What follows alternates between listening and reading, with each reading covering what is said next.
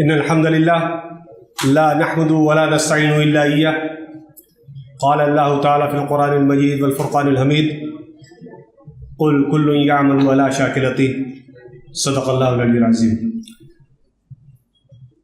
इल्मी मजलिस का सबसे मुश्किल वक्त मेरे ज़िम्मे है।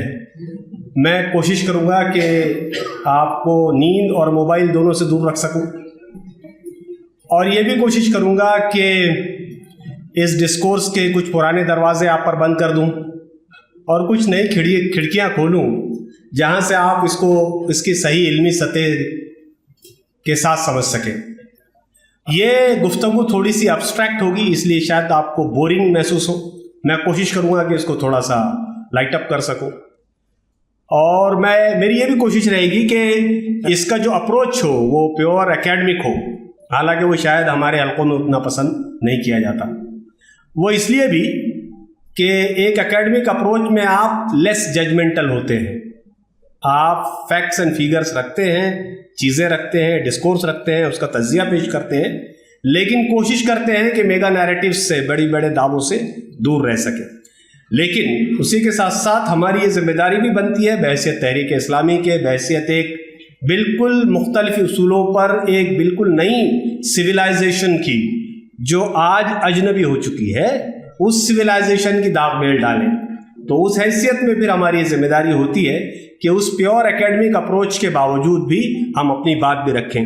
तो मैं इंशाअल्लाह कोशिश करूँगा कि इन 40 मिनटों में इन 3 पहलुओं के साथ आपके साथ इंगेज हो सकूँ, आपके साथ डिस्कशन कर सकूँ, बात कर सकूँ। मेरा ये प्रेजेंटेशन 3 हिस्सों से होगा। पहले मैं आपको, चूँकि सुबह से उसकी बुनियादी इस्तिलाहात ही हमारे सामने नहीं आ सकी हैं, तो मैं कुछ बुनियादी इस्तिलाहात आपको बताऊंगा। फिर उसके बाद मैं उसका जो बायो साइको सोशल डिस्कोर्स है, यानी बायोलॉजी क्या कहती है, साइकोलॉजी क्या कहती है, और वो लोग क्या बावर करवाना चाहते हैं हमको, जो इस मूवमेंट के अमीन हैं, वो हमको क्या समझाना चाहते हैं, मैं ये भी रखूँगा। और प्योर साइंस क्या कहती है ये भी रखूँगा आपके सामने इंशाअल्लाह। और उसके बाद इस्लामिक डिस्कोर्स में मैं उन बातों से हट के बात करूँगा जो अभी 3 मुकर्रिरीन से आप सुन चुके हैं। तो उम्मीद है कि इस तरह से 3 हिस्सों में ये हमारी गुफ्तगू जारी रहेगी, और हम इसमें चलेंगे। शुरुआत ओलंपिक से करते हैं। तो आप सब लोगों ने ओलंपिक 2024 जो पेरिस में मुनक़िद हुआ है, उसके हवाले से इन 2 फोटोज़ को आप शायद पहचान रहे होंगे। एक फ़ोटो में लिन है और दूसरे फ़ोटो में ईमान है। ये अपने आप को फीमेल बावर कराते हैं, they believe that they are female. तो वो अपने आप को कहते हैं कि हम फीमेल हैं, लेकिन लिन के बारे में तो बाकायदा क्रोमोसोम टेस्ट से वो XY इज़ अ मेल, और ईमान के बारे में अभी कंफर्मेशन आनी बाकी है। जो इंटरनेशनल बॉडी होती है बॉक्सिंग की, उन्होंने इनको बैन कर दिया था, लेकिन इस बार ये न सिर्फ ये कि इन्होंने पार्टिसिपेट किया, और ईमान के साथ जो खातून मुकाबला कर रही थी, 40 सेकंड में उन्होंने अपनी हार मानी और रोते हुए जो है वो रिंग से निकल गई। ये 2 बड़ी कंट्रोवर्सीज हैं। LGBTQ मूवमेंट और उनकी लॉबिंग के पावर का अंदाज़ा आप इससे कर सकते हैं कि इंटरनेशनल बॉक्सिंग एसोसिएशन IBA, जो कि सबसे मोतबर इदारा मानी जाती थी, उसके रिकमेंडेशन को इंटरनेशनल ओलंपिक कमेटी IOC ने कतई खारिज कर दिया, जबकि उनके पास उनके पूरे साइंटिफिक डॉक्यूमेंट वगैरह थे। लेकिन मैं आपको आगे चल के ये भी बताऊंगा कि बहुत मजबूत नजर आने वाली इस लॉबिंग को तोड़ा कैसे जा सकता है। लॉबिंग से ज्यादा उसके डिस्कोर्स को कैसे तोड़ा जा सकता है। लॉबिंग तोड़ना तो बात की बात है। दोनों ने फीमेल कैटेगरी में हिस्सा लिया, जीते, और बुरी तरह अपनी सामने वाली फीमेल्स को इन्होंने हराया है। ये कहते हैं कि हम दिखते तो मर्दों जैसे हैं, लेकिन हम अपने आप को औरत फील करते हैं। तो ये ट्रांसजेंडर डिस्कोर्स की जो बात सुबह आई, जनरली ये कुछ बुनियादी इस्तिलाहात हैं जो हमको समझनी चाहिए। तो 2 चीज़ों में, जैसे हमारे ईरानी साहब कह रहे थे कि जेंडर आइडेंटिटी में नहीं जाना चाहिए, लेकिन उसमें जाए बगैर आपको चारा नहीं है। अगर आप आइडेंटिटी में बात नहीं कर सकते तो वो आपको सिरे से खारिज करते हैं। तो आपको उससे भी वो करना होगा, इंटरेक्ट करना होगा। कैसे, उस पर भी इंशाअल्लाह हम बात करेंगे। और उसकी ये कुछ डेफिनेशन है। एक तो आइडेंटिटी के हवाले से है, एक ओरिएंटेशन के हवाले से। तो दो चीज़ों में फ़र्क करना ज़रूरी है। पहली चीज़ जिसको जो यहाँ से बात जो शुरू हो रही है कि हम सब पहले ये समझें कि आइडेंटिटी और ओरिएंटेशन उनके हिसाब से दो अलग अलग चीज़ें, उनके हिसाब से। आइडेंटिटी नाम है अपने आप को किसी भी जेंडर, मेल फीमेल या कुछ नहीं महसूस करने का, और ओरिएंटेशन नाम है किसी के तई जिनसी मैलान महसूस करने का। उसमें रोमांटिक की बात अब डाल दी गई है, लेकिन वो सीरियस डिस्कोर्स में अभी उसका हिस्सा नहीं बनी है। अभी तो जेंडर और ओरिएंटेशन पर ही, आइडेंटिटी और ओरिएंटेशन पे भी अभी बात आई है। तो इसमें चार इस्तिलाहात आप सबको अच्छे तरीके से समझनी चाहिए। एक है सिसजेंडर, जो जनरली हम और आप हैं, यानी हम दो ही कैटेगरी में, यानी हम मेल हैं तो मेल समझते हैं अपने आप को, जो फीमेल्स हैं वो अपने आप को फीमेल समझती हैं। ट्रांसजेंडर, जैसे कि अभी बात हुई, और नॉन बाइनरी जेंडर या क्वीर, जो कि अपने आप को किसी भी जेंडर से नहीं मानते, न मेल न फीमेल। ट्रांसजेंडर का मतलब बताइए, उसके बारे में बताइए। जी जी जी। तो ट्रांसजेंडर के अच्छा समझ दिलाई या मेरे मोहतरम ने। ट्रांसजेंडर आमतौर पे हमारे यहाँ इंटरसेक्स यानी मुखन्नस हजरात या हिजड़े, उनसे ट्रांसजेंडर को मिक्स कर दिया जाता है। आम है ये बात सभी सोसाइटीज में, लेकिन ट्रांसजेंडर बिल्कुल यानी इस तरफ का फेनोमेनन है। उसका मतलब ये होता है कि जब आप अपने पैदाइशी तौर पर आपको दिए गए जिन्स, मर्द या औरत, लड़का या लड़की, इस पर मुतमईन न होकर आप अपने आप को किसी दूसरी बॉडी में कैद समझें। जैसे अगर आप लड़का हैं तो आप समझे आप बायोलॉजिकल मेल हैं, आपका टेस्टोस्टेरोन बहुत अच्छा है, XY क्रोमोसोम है, आपके एक्सटर्नल पूरे फीचर्स मेल के हैं, लेकिन आपको लग रहा है कि you are trap in a man's body, आप एक औरत है। ये ट्रांसजेंडर होता है। तो दोनों साइड से होता है, और बहुत सारी औरतें ऐसी होती हैं जो समझती हैं कि वो एक फीमेल बॉडी में कैद है, लेकिन एक्चुअली वो एक मेल है। ऐसे एक कम केसेस हैं, लेकिन ये दोनों ट्रू है। इसको ट्रांसजेंडर कहते हैं। ट्रांसजेंडर वो नहीं, वो इंटरसेक्स होते हैं, मुखन्नस होते हैं, जिनके ताल्लुक से हमारे पास फ़िक़्ह में बहुत वाज़ेह एहकाम मौजूद है। और जो लोग चाहें वो मौलाना राजुल इस्लाम नदवी साहब ने एक तहक़ीक़ात इस्लामी में अच्छा शानदार मज़मून लिखा है, उसका भी मुताल्ला कर लें। तो मुखन्नस के हुकूक़ उसका टाइटल है, तहक़ीक़ात इस्लामी में आ चुका है। तो ट्रांसजेंडर अलग चीज़ है, तो ये बात हमको समझनी चाहिए। उसके बाद एक बात जिस पर मैं थोड़ा सा आपका और मज़ीद बात आगे वक्त लूँगा, वो फ्लूइडिटी के हवाले से है कि gender identity can be fluid and change over time. यानी आप अपने आप को जो समझते हैं वो बदल सकता है। आप आज अपने आप को एक हेटेरोसेक्सुअल समझ रहे हैं, over a period of time आपको ऐसा लगेगा कि आप नहीं, आपको तो वो नहीं, आपका ओरिएंटेशन अलग है। या आज आप अपने आप को कुछ और समझ रहे हैं और कल आपको लगेगा कुछ और आप हैं। ये फ्लूइडिटी की बात होती है।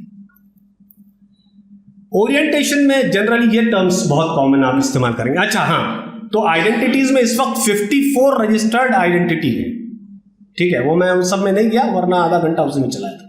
54 you can count on it. 2 और ऐड किए, लेकिन वो अभी डिस्प्यूटेबल है। और उसके बाद जो है ये डेफिनेशंस में 16 और हैं, ओरिएंटेशन में 16 और हैं, लेकिन हमने इन्हीं को लिया है, बाकी सब अभी सिर्फ हवा है। मतलब वो सीरियस साइंटिफिक डिबेट्स में अभी तक नहीं है। वो ये हेटेरोसेक्सुअल, जो आमतौर पर ये सारा नॉर्मेटिव फेनोमेनन है, attraction to the opposite sex. Homosexual, जिसकी सुबह से बात चल रही है। बायसेक्सुअल, असेक्सुअल, और उसके बाद एक आता है स्पेक्ट्रम।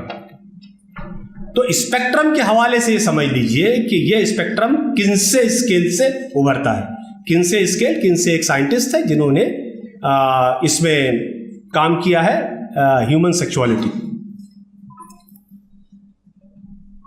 क्या बायोसोशल डिस्कोर्स क्या है, बायोलॉजिकल पर्सपेक्टिव क्या है? सबसे पहली चीज जो LGBTQ हमको बताते हैं, उनका डिस्कोर्स हमको से ये तामुल करते हुए कहता है कि ये सब कुछ इन्नेट है, बायोलॉजिकल है। It has nothing to do with conditioning.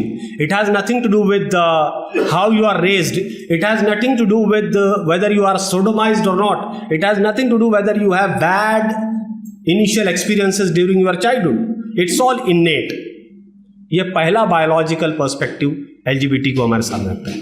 और जैसे सुबह बात आई कि बहुत सारे LGBT कहते हैं कि वो जेनेटिकली वो है, और उसके बाद पता चला कि वो कोई गे जीन नहीं है, लेकिन वो अधूरी बात है।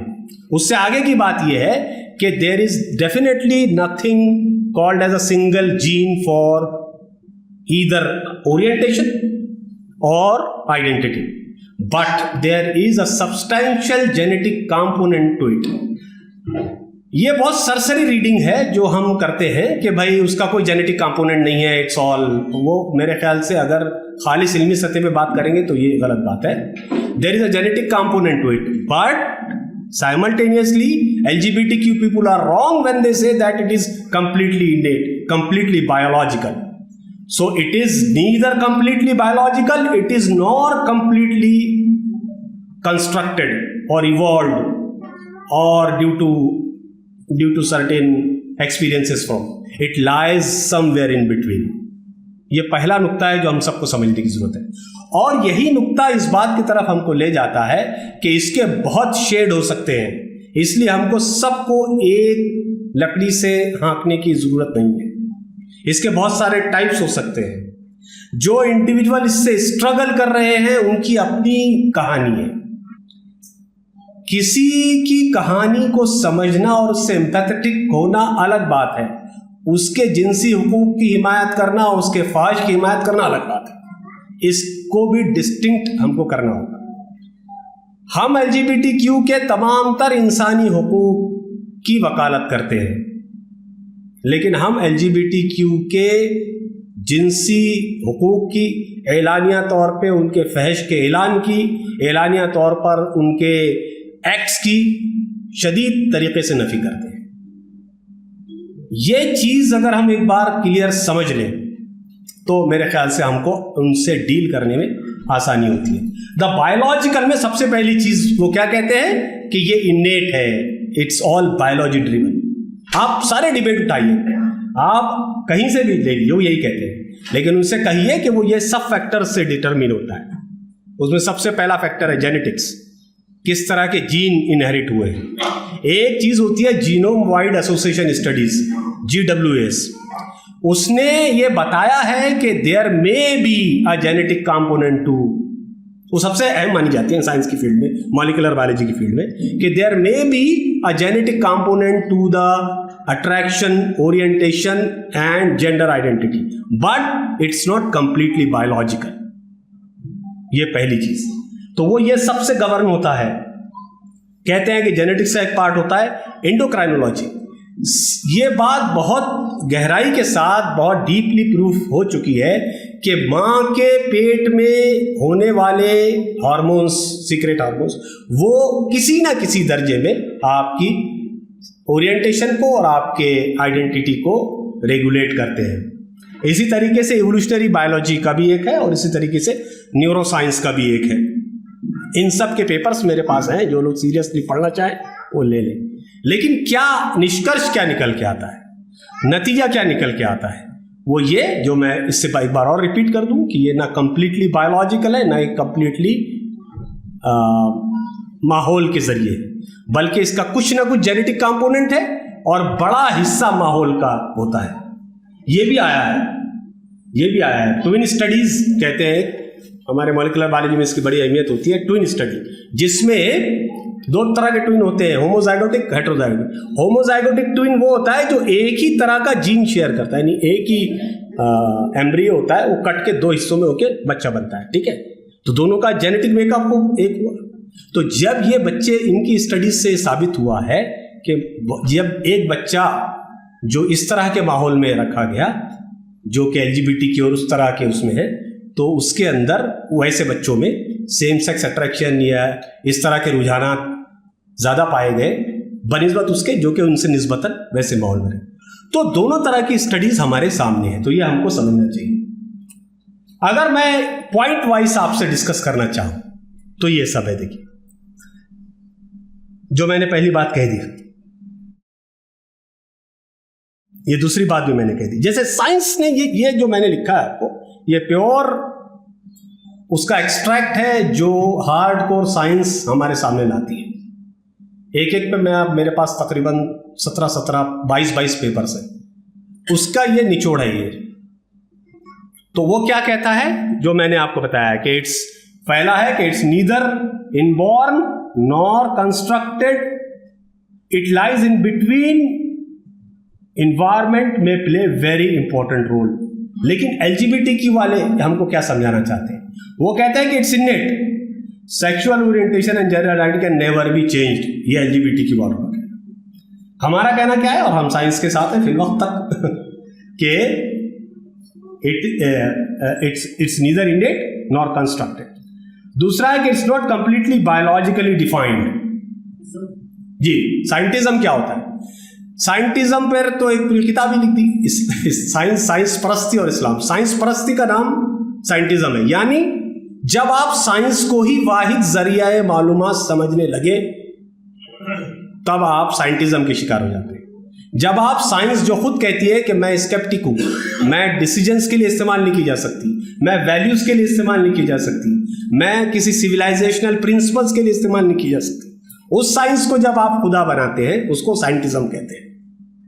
When you believe that science, तो वो कहते हैं कि भाई साइंस अलग चीज है, साइंस हम सब बिलीव करते हैं, साइंटिज्म एक अलग चीज है।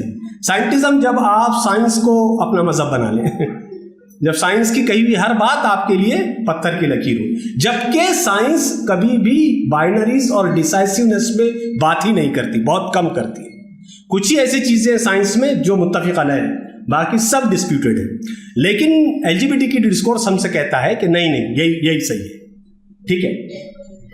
Some studies have identified specific genetic markers that may be associated with same sex attraction, though no single gene. ये तो बात आती है। हाँ, एक आखिरी चीज साइड जो आजकल एलजीबीटीक्यू डिस्कोर्स में आप जानते हैं कि थोड़े दिन पहले आपने पढ़ा होगा एलॉन मस्क के बच्चे की डेथ हुई है प्यूबर्टी ब्लॉकर्स लेने की वजह से। प्यूबर्टी ब्लॉकर्स आजकल बहुत चलते हैं वेस्ट में। प्यूबर्टी ब्लॉकर्स का काम यह है कि जब तक बच्चे अपने आप के जेंडर आइडेंटिटी और अपने ओरिएंटेशन के सिलसिले में किसी फैसले के लेने के लायक नहीं होते, तब तक उनको लड़का या लड़की बनने से रोका जाए। यानी छोटे बच्चे जब होते हैं तो वो इक्वली लड़का लड़की एक जैसे होते हैं जब वो छोटे होते हैं। जब बायोलॉजिकल एक्टिवेशन का मौका आता है तो फीमेल्स के अंदर ओवरीज और मेल्स के अंदर टेस्टिकल्स, वो सब हार्मोन सीक्रेट करते हैं which actually decide who you are, I mean at least biologically. तो आजकल यह है कि उनको रोक दिया जाए बलूगत तक पहुंचने से पहले, ताकि जब वो फैसला लेने के काबिल हो जाए तब वो जिस तरफ होना चाहे हो जाए। तो ये बड़ा प्रॉब्लमेटिक चीज़ है, और ख़ास तौर पे ये प्यूबर्टी ब्लॉकर्स अभी तो बहुत फैशन में है ज़बरदस्त, और बहुत महंगे होते हैं। ख़ास बात ये भी है, और मेरे ख्याल से पिंक इकनॉमी में हमने कहीं लिखा भी है कि वो इंपोर्ट करते हैं बाकायदा यहाँ के लोग, उसके लिए यहाँ के लोगों को इस्तेमाल कर, जो लड़के बच्चे इस तरह के उसके इसमें फंस जाते हैं चीज़ों में, उनके लिए। तो प्यूबर्टी ब्लॉकर्स ज़्यादातर सबको नहीं देते, लेकिन वो बच्चे जो थोड़ा बहुत कॉन्ग्रुएंस दिखाते हैं, थोड़ा समझ नहीं पाते हैं, और ये प्रोपेगेंडा की वजह से होता है। जब एक छोटे बच्चे में जब डेवलप होती रहती हैं चीज़ें, अगर मैं आपको थोड़ा पीछे ला जाऊं, सैंड्रा बैम करके एक बहुत मशहूर है, उसने इश्किमा का एक कॉन्सेप्ट दिया है कि मेल और फीमेल इश्किमा हर बच्चे में होता है इनहेरेंट। ये हमसे करीब है बाय द वे, अगर किसी को काम करना है तो सैंड्रा बैम पे काम करना चाहिए मेरे ख्याल से, वो हमको हमारे ओरिएंटेशन के करीब है। तो वो बताती है कि तो ये जब बच्चे जब खुद डिसाइड नहीं कर पाते तो उनको कह रहे हैं कि तुम उनको प्यूबर्टी ब्लॉकर्स लगाओ। तो साइंस ये कहती है कि नहीं ये तो बहुत गलत बात है, पहले इश्किमा को डेवलप होने दो, बच्चे डिसाइड कर लेंगे। लेकिन एलजीबीटी वाले कहते हैं नहीं, इनको लगाओ प्यूबर्टी ब्लॉकर्स, और उसका एक पूरा मार्केट वजूद में आ चुका है, उसकी लॉबिंग्स हैं, उसकी स्पेशल इंश्योरेंस एजेंसीज हैं, वो $मिलियन ऑफ की इंडस्ट्री होगी सिर्फ प्यूबर्टी ब्लॉकर्स की। तो ये वो उनका बायोलॉजिकल 2-3 लफ्जों में रहता है। अब साइकोलॉजिकल क्या पर्सपेक्टिव है? तो पहला पर्सपेक्टिव है कि एलजीबीटीक्यू वाले कहते हैं कि भैया कोई मेंटल डिसऑर्डर नहीं है, सारा झगड़ा ही इस पर है। 1973 में जब APA यानी अमेरिकन साइकोलॉजिकल एसोसिएशन और अमेरिकन साइकेट्रिक एसोसिएशन, दोनों APA अमेरिकन साइकेट्रिक एसोसिएशन, दोनों ने मिलकर ये डिसाइड किया कि भैया ये सब जो हमारे पास जो वो आ रहा है, डेटा आ रहा है, हमारे पास जो रिसर्च पेपर्स हैं, हमारे पास जो लोग बोलने वाले हैं, तकरीबन 5-7 हज़ार साइकोलॉजिस्ट उससे जुड़े हैं, तो वो उनके पूरे महक़क़ीन हैं, किन्से इंस्टीट्यूट की पूरी रिसर्च है, तो वो सब इसके हिसाब से भैया ये कोई डिसऑर्डर नहीं है, बल्कि ऐसा उनका कहना है। इसलिए जबकि डिसऑर्डर नहीं है इसलिए ट्रीटमेंट की जरूरत नहीं। इसीलिए आप जानते हैं कि हिंदुस्तान में इस वक्त किसी भी किस्म के ओरिएंटेशन को करेक्ट करना या आइडेंटिटी के लिए किसी भी किस्म की थेरेपी देना कानूनन ममनू है। और मद्रास हाईकोर्ट का वो फैसला मौजूद है, जो लोग चाहे इंटरनेट पे दे सकते हैं। तीसरा ये है साइकोलॉजी में कि only affirmative therapy can be given. Affirmative therapy दे सकते हैं आप। सर मेरे पास वो है, उस पर बहस करना बेकार है, मेरे पास वो फैसला है, मैं सर को भी दिखा चुका हूं, वो सब छोड़ दीजिए आप। तो यहां जो भी बातें हैं वो सब कुछ मौजूद है, ठीक है। There is nothing coming out of mouth. हाँ, देयर इज नथिंग, हवा की बातें नहीं है। हाँ बस सीधी बात है। तो जो दलाइल चाहे वो दे दिया उसका। तो मद्रास हाईकोर्ट ने एक फैसले में ये क्लियर लिखा, और उसके बाद सारे जो मेडिकल एसोसिएशन इंडिया के, उन्होंने सब लोगों को इसका बाकायदा नोटिस भेजा, और उसका भी कॉपी यहाँ पर है।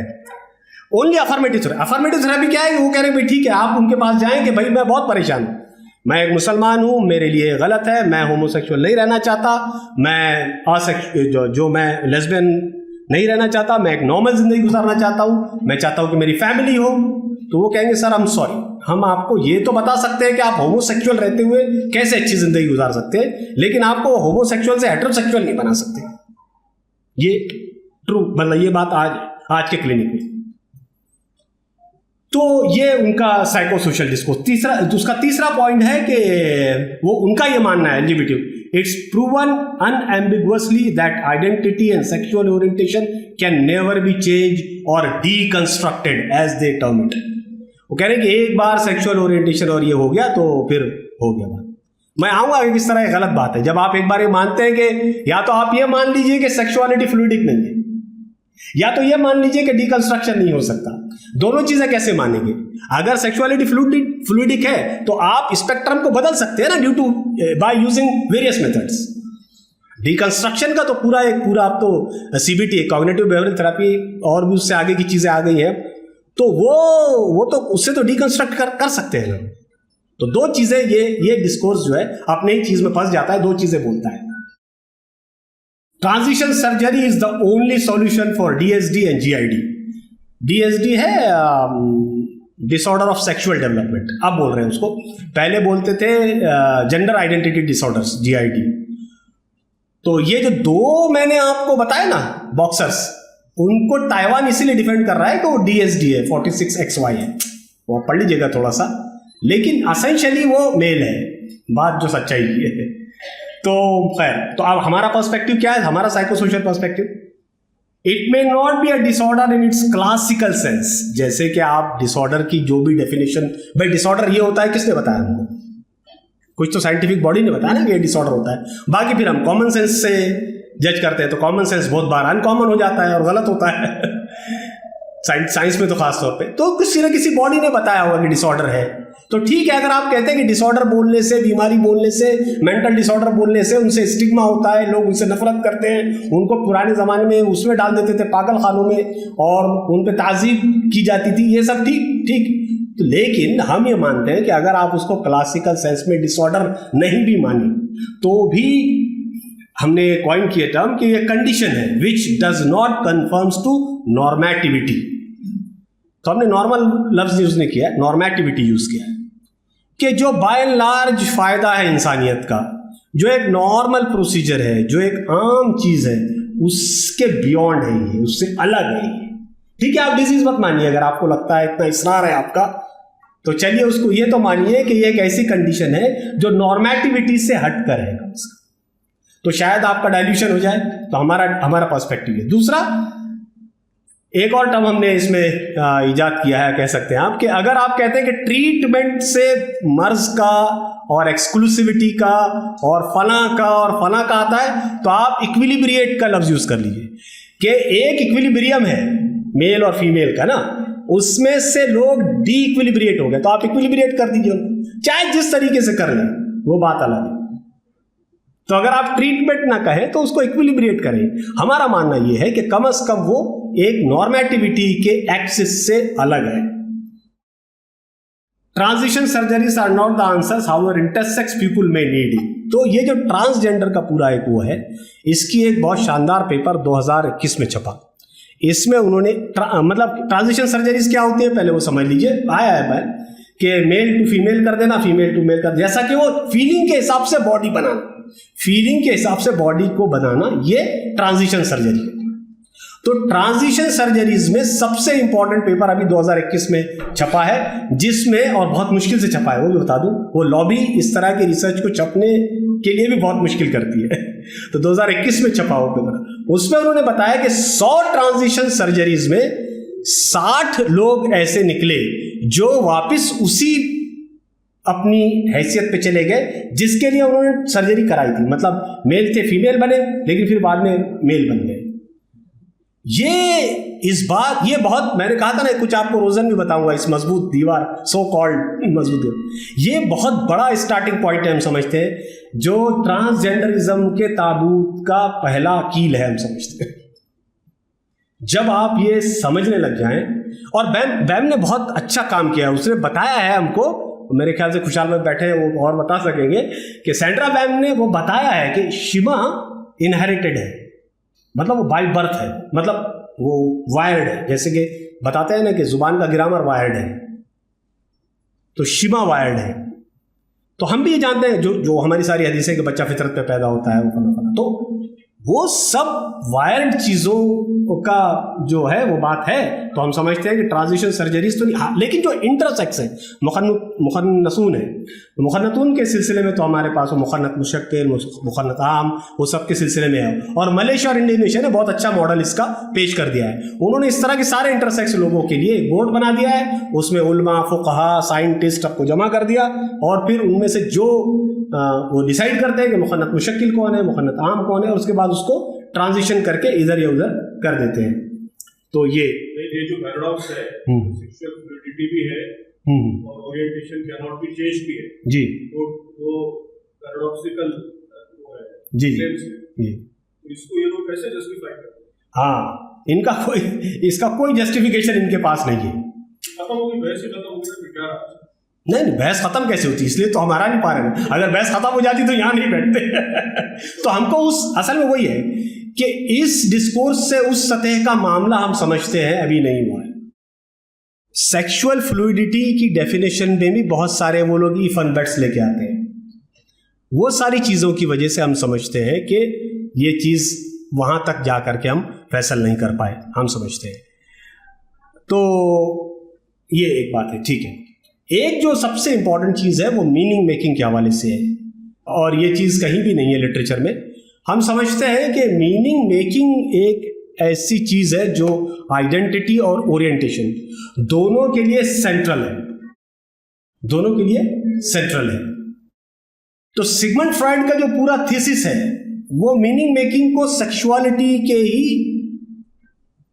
इर्द गिर्द देखता है, जबकि उसके अलर्रहम जो थे कार्ल यूंग का जो पूरा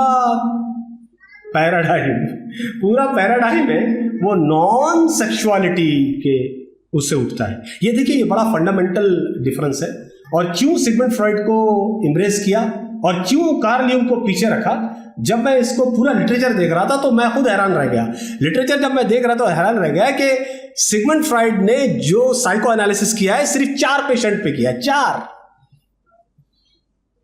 और कार्ल यूंग का काम तो पूरे सैकड़ों किस्म के उसके तुलबा थे और वो सब पर उसका पूरा काम था। लेकिन उन्होंने सिगमंड फ्रॉइड को क्यों इम्ब्रेस किया? बिकॉज उनके सेकुलर ह्यूमनिस्टिक एथिस्टिक व्यू में बेटर तौर पर फिट होता था। अगर कार्ल यूंग को लाते तो कार्ल यूंग वो सब बोलता है कि भाई आदमी के अंदर इन्नेट तौर पर एक स्पिरिटेड कुछ चीजें हैं जो बायोलॉजिकली और साइकोलॉजिकली भी डिफाइंड नहीं है, और वो कुछ चीजें हैं जिसको शायद हम लोग फालहमहा फुजूरहा व तक़वाहा से ताबीर कर सके शायद। तो वो कार्ल यूंग ये सब कहता था। तो उनके उस मटेरियलिस्टिक थॉट को ये चाहिए कि भाई सब कुछ बायोलॉजिकली डिफाइन हो सकता है, सब कुछ इन्वायरमेंटली कंस्ट्रक्टेड हो सकता है। जूडिथ बटलर का नाम आपने सुना अभी उनसे। जूडिथ बटलर की वो किताब पढ़िए पहले आप, जेंडर ट्रबल। वो सिर्फ क्वीर की बात नहीं कर रही है। जूडिथ बटलर का असल काम ये है कि उसने बताया कि आइडेंटिटी, ओरिएंटेशन में बात नहीं करती वो, आइडेंटिटी प्योरली कंस्ट्रक्ट है, प्योरली कंस्ट्रक्टेड है। यानी लड़की इसलिए है कि उसको बताया गया है बचपन से कि वो लड़की है। जूडिथ बटलर की एक ही सबसे बड़ा, और उसकी तनकीद हमने अपने मजमून में लिखी है, 4 पॉइंट के तहत उस पर तनकीद की हमने जूडिथ बटलर पे। जूडिथ बटलर का सबसे बड़ा प्रॉब्लम ये है कि वो कंप्लीट बायोलॉजी को साइडलाइन कर देती है, विच इज एक्चुअली बेवकूफ़ी। तो ये एक बहुत अहम चीज है, मैं समझता हूं, मीनिंग मेकिंग। तो किसी भी आइडेंटिटी और इसके डिस्कोर्स में इसका मैं 10 पॉइंट के तहत मैंने पूरे LGBTQ डिस्कोर्स के 10 पॉइंट के तहत उसका साइकोसोशल डिस्कोर्स डिजाइन करने की कोशिश की है। वो 10 पॉइंट ये है। पहली चीज कि all non binaries are normal. जो भी ब्रैकेट में है वो हमारा एतराज है उन पर। जो कुछ पहले लिखा है ब्रैकेट से पहले वो उनका पर्सपेक्टिव, प्योरली एकेडमिक पर्सपेक्टिव, ठीक है। उनका कहना है कि सारी नॉन बाइनरीज यानी मर्द और औरत के अलावा जितनी टाइप की 54-56 किस्में हैं सब नॉर्मल कंटिन्यूम है सेक्सुअलिटी का। इसको आप डिविएशन, इनहेराफ और क्रिमिनल और फला ये सब मत बोलिए। तो हमने सवाल पैदा किया कि भाई what constitute a normal then. तो मैं आपको लेके जाना चाहूंगा किन्से स्केल की तरफ। तो किन्से ने जेल में रहने वाले कैदियों पर तजर्बा करके 1948 में द मेल सेक्सुअल बिहेवियर नाम की अपनी एक किताब छापी, जिसमें उसने कुछ 100, 200, 500 जो भी कैदी थे उन पर करके बताया कि 10% होमोसेक्सुअलिटी प्रीवेलेंट है। APA ने अपनी वेबसाइट पर, अमेरिकन साइकोलॉजिकल एसोसिएशन अपनी वेबसाइट पर, और उसका रेफरेंस और स्क्रीनशॉट दोनों मौजूद हैं, ये लिखा है कि ये स्टडी कभी रेप्लिकेट ही नहीं हो सकी। किन्से ने क्या कहा कि चूंकि 10% है इसलिए नॉर्मल है। मजे की बात है कि कहीं और ये रिपीट ही नहीं हो सकी। जहां भी रिपीट हो सकी वो 3-4% से ऊपर नहीं आया।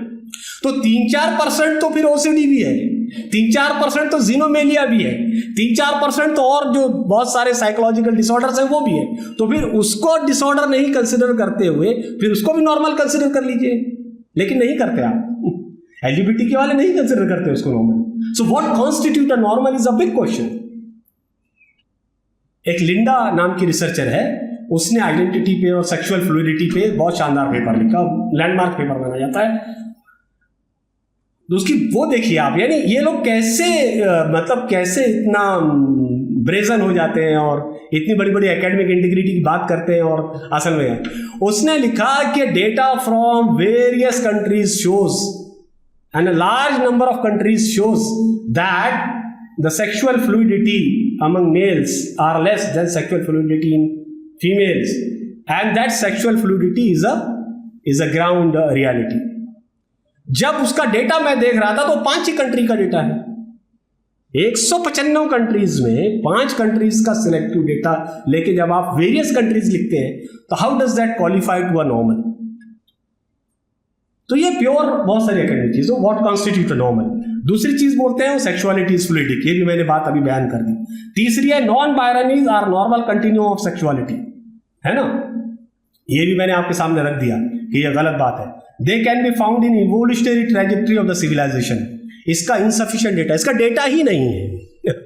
मतलब 2-2, 4-4 साइड की चीजों पर लेकर के अगर आप ये कहें कि ये जो है मतलब इवोल्यूशनरी ट्रैजेक्टरी में मौजूद है तो ये बड़ा अजब। एक और चीज इनके झूठ की बताता हूं कि it present through out the animal kingdom. आप देखेंगे कि 3 बड़ी आर्गुमेंट है। नंबर 1 ये नॉर्मल है, नंबर 2 ये पूरी हिस्ट्री में मौजूद रहा, नंबर 3 ये एनिमल किंगडम में भी। क्या है LGBTQ पूरा, यानी पूरा का पूरा, खासतौर पर होमोसेक्सुअलिटी या सेक्सुअली फ्लूइडिक एनिमल जो कभी भी कुछ भी करते हैं। क्या कह रहे हैं वो कि एनिमल किंगडम में है। अगर आप पूरा डेटा छान मारेंगे सिर्फ 7 स्पीशीज में मिला है अभी तक, 7। दैट टू आप किसको, आप एनिमल को तो आप आइडेंटिटी नहीं पूछ सकते ना, और एनिमल तो उसका होमोसेक्सुअल बिहेवियर थोड़ा बहुत, उस पर सिर्फ 7 स्पीशीज पे मिला है। और वो LGBTQ हमको क्या पावर कराना चाह रहे हैं कि it is present in animals also, so that is. सुबह एक बात रह गई, मेरे ख्याल से ये वो 7 अंडरपिनिंग है इस पूरे डिस्कोर्स के। 9 मैं तेजी से पढ़ देता हूं क्योंकि 5 ही मिनट है। ये पहला अंडरपिनिंग इसका जो है ना वो नेचुरलिस्टिक मोरालिटी है, यानी इंसान पर कोई अच्छाई और बुराई का इल्हाम नहीं हुआ है, इंसान भी दूसरे जानवरों जैसा एक जानदार है। तो वो कहते हैं कि फिर वो क्या है, आपकी इथिक्स कहां से आई? तो डार्विनिस्टिक अप्रोच ये कहता है कि धीरे इंसान इसीलिए तो इंसान बना और इतनी पूरी दुनिया को कॉलोनाइज किया, वो इसलिए दूसरे स्पीशीज मतलब दूसरे जानदार नहीं कर पाए, वो इसलिए कि उन्होंने इथिक्स ईजाद की। उन्होंने ये समझ लिया कि एक दूसरे को मार काट के खाने के बजाय साथ में रहेंगे तो ग्रुप फिटनेस मिलेगी, ग्रोही फिटनेस मिलेगी, जिसकी वजह से बहैसियत इंसानी नूह हम अच्छे से तरक्की कर सकें। इवोल्यूशनरी फ्रेमवर्क ये कहता है कि नेचुरलिस्टिक मोरालिटी ही सब है। तो फिर अब जाहिर सी बात है, जब किसी मोरालिटी का कोई ट्रांसेंडेंटल कंपोनेंट नहीं है, कोई इलाही सोर्स नहीं है, तो फिर साइंस अगर कह रही है कि फ्लूइडिक है तो फ्लूइडिक मान लेंगे, साइंस कह रही है कि नॉन बाइनरी है तो नॉन बाइनरी मान लेंगे, क्योंकि इथिक्स तो डेराइव हो रही है साइंस से या नेचुरलिस्टिक फ्रेमवर्क से। ये पहला उसका आइडियोलॉजिकल पिन है। दूसरा अंडरपिनिंग किन्से स्केल है। ये किन्से स्केल ने बहुत एक्सक्लूसिवली साबित किया उनके हिसाब से, हमारे हिसाब से नहीं, उनके हिसाब से, कि ये सेक्सुअलिटी जो है कंटिन्यूम है, अलग अलग एक इस पर होमोसेक्सुअल है, एक उस पर हेटेरोसेक्सुअल है, और बीच में बहुत सारी है जो हो सकती है। ठीक है। और फिर psycho analysis of Sigmund Freud, ये तीसरी उनकी नजरियाती बुनियाद है जिसके ऊपर ये पूरा डिस्कोर्स खड़ा करता है। ये वो सारी बेसाखियां हैं, मैं समझता हूं, जिस पर ये डिस्कोर्स खड़ा हुआ है। अगर हम एक एक करके इन बेसाखी को इल्मी तौर पर ढाने के लिए कमरबंद हो जाए तो ये बहुत लंबा टिकने वाला डिस्कोर्स नहीं है। क्रिश्चियन मोरालिटी का डाउनफॉल, जिसकी तरफ सुबह कुछ मुकर्रर इशारा फरमा रहे थे, तो क्रिश्चियन मोरालिटी जब खत्म हो गई तो तो उसके बाद वो जो है वो हो गया। उसके बाद renaissance and the rise of feminist thought, individualism, sexual revolution भी बहुत अहम टर्म है, मैं समझता हूं, जिसको कंसिडर करना चाहिए as an ideological underpinning of the rise of the LGBTQ movement. And of course extension of the theory of general relativity बोलना चाहिए मुझे, कि उसमें जनरल रिलेटिविटी क्या है? वो कहती है कि रियलिटी ऑब्जर्वर के हिसाब से बदल जाती है, राइट? तो ये बात वो जिंदगी के हर शोबे पे लाना चाहते हैं। वो कहते हैं कि सब चीज रिलेटिव है, जो चीज आपके लिए सही है वो मेरे लिए गलत है। अब जैसे हम लोग सुन रहे थे सुबह के, नहीं पूरे नूह इंसानी के लिए एक चीज है, वो सब नहीं मानते, वो बोलते हैं ये सब बेकार की बात है। रियलिटी ऑब्जर्वर के हिसाब से बदल जाती है। There is nothing called as फितरा। वो बोल रहा है कि फितरा कोई है ही नहीं, there is nothing called as फितरा। तो वो उसको डिनाई करते हैं, और उसके बाद फिर denial of religion is the source of morality, और इसकी जगह साइंस को उन्होंने लिया है कि उसका मोरालिटी का सोर्स। इस्लामिक पर्सपेक्टिव फिर अब क्या है? तो आखिरी 2-4 मिनटों में हमारा सबसे, जैसे कि सुबह भी बात आई, कि हम इस बात पे मुकम्मल यकीन रखते हैं कि sexuality exist in binary alone, whatever else is there may be a shade of it, or maybe some variation, or maybe some, if you want to call it a disease, if you fall into this camp, you want to call it a condition, if you fall into the central camp. But the normal thing is that there are two axes, male and female. सुबह से हम आए थे सुन रहे, ये पहली चीज है हमारे पैराडाइम की। दूसरा ये है कि द कंसेप्शन ऑफ फहश जो है, वो बाउंड्रीज जो है, बाइनरीज जो है, वो हमारे वर्ल्ड व्यू का सबसे स्ट्रॉन्ग पिलर है। We don't see things in many grey areas. For most of the things we have binaries. Yes, we have right, we have wrong, we have सही, वी हैव गलत। हमारे पास binary clear है बहुत सारी चीजें, definitely बहुत सारे एरिया में बहुत सारे ग्रे एरियाज है हमारे पास, लेकिन कम अज कम व्हेन इट कम्स टू जिन्स और when it comes to sexuality, yes it is in binary. और इस्लाम में इसीलिए मीनिंग मेकिंग का बहुत अहम रोल है, कि इसीलिए ये तरबियत, ये जो बच्चों के, जिस पर भी आप सुनेंगे इंशाल्लाह अगले उसमें, कि ये जो है कि मीनिंग मेकिंग जब बच्चों की होती रहती है तब बहुत इम्पॉर्टेंट पीरियड होता है, जहाँ पर के बच्चे इस बात को फैसल करते हैं कि वो कौन है और क्या है। मैं चाहूँगा कि ये वो तमाम बहुत कुछ पढ़ने के बाद ये समझ में आया कि अगर आप लोगों में से जो सीरियस हैं, जो कुछ रियली पढ़ना चाहते हैं और इसको प्योर एकेडमिक एंगल से देखना चाहते हैं, वो ये 5 किताबों को ज़रूर पढ़ें। 2 तो किन्से की हैं जो कि बहुत उसके साथ है, जूडिथ बटलर की जेंडर ट्रबल है एक, ये बहुत अहम किताब है, और सुज़ैन स्ट्राइकर की ये किताब आपको ट्रांसजेंडर के बारे में पूरा बताएगी, वो कैसे आए। डेफिनेटली ये उस स्पेक्ट्रम से आ रहे हैं, लेकिन मैं समझता हूँ कि हमको किसी चीज़ को समझने से के लिए उन्हीं को पढ़ना चाहिए पहले, और फिर उसके बाद दूसरे हमारे काउंटर सारी चीज़ों को करना चाहिए। उर्दू में इस किस्म की तो कोई एक्टिविज़म अभी नहीं है। अंग्रेज़ी में ईरानी साहब की किताब है और कुछ कुछ है, लेकिन ज़्यादातर जो है बहुत सारे वो है। तो इंशाअल्लाह ये कुछ बातें थी। मैं समझता हूँ कि मुझे उम्मीद है इन 40 मिनटों में मैंने आपके लिए, आखिरी बात ये कि जो आयत मैंने आपके सामने तिलावत की थी वो वही है, बिल्कुल यामुल अला शाकिला थी। हर शख्स अपने जहनी मशाकिले के हिसाब से, अपने पर्सपेक्टिव के हिसाब से, है ना, उसके हिसाब से अमल करता है। अल्लाह ताला ने हमको एक किताब हिदायत दी है, हम उसके पर्सपेक्टिव से बात करते हैं। उनके पास उनके आर्गूमेंट है, हमारे पास हमारे आर्गूमेंट है। तो ज़रूरत इस बात की है कि हम जो आर्गूमेंट दिए गए हैं उसको बहुत ही यानी एकेडमिक वे में, बहुत ही सबूतों के साथ, अगर इम्प्लिसिटीज़ की ज़रूरत है उसके साथ रखें, ताकि हम लोगों पर हक़ का हक़ होना वाज़े कर सकें। आमीन व आखिर दावाना।